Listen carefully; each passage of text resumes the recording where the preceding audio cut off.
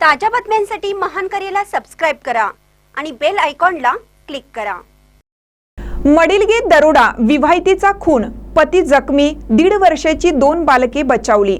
आजरा तालुक्यातील मडिलगे गावात काल शनिवारी रात्री भरवस्तीत अज्ञात 4 चोरट्यांनी दरोडा घातला। यामध्ये सुमारे 14 तोळे सोने व रोख रक्कम 90,000 रुपये लंपास केली। विवाहित महिलेकडून सोने व रक्कम घेताना हल्ला करत पूजा सुशांत गुरव वय 32 वर्ष महिलेचा खून केला आहे।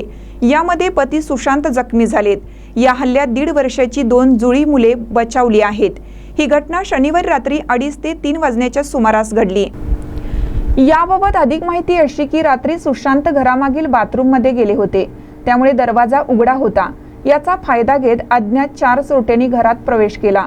पूजाकडील सोने व रक्कम हिसकावताना झटापट झाली। यावेळी तिच्या डोक्यात प्रहार केला।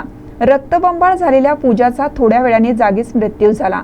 दरम्यान बाथरूमहून परत आलेल्या पतीलाही दरोडेखोरांनी जखमी केलं। यावेळी 2 जुळी बालके रडत होती, मात्र त्यांना कोणतीही इजा झाली नाही। घटनास्थळी पोलीस उपविभागीय अधिकारी रामदास इंगवले, आजऱ्याचे सहाय्यक पोलीस निरीक्षक नागेश यमगर यांनी भेट दिली।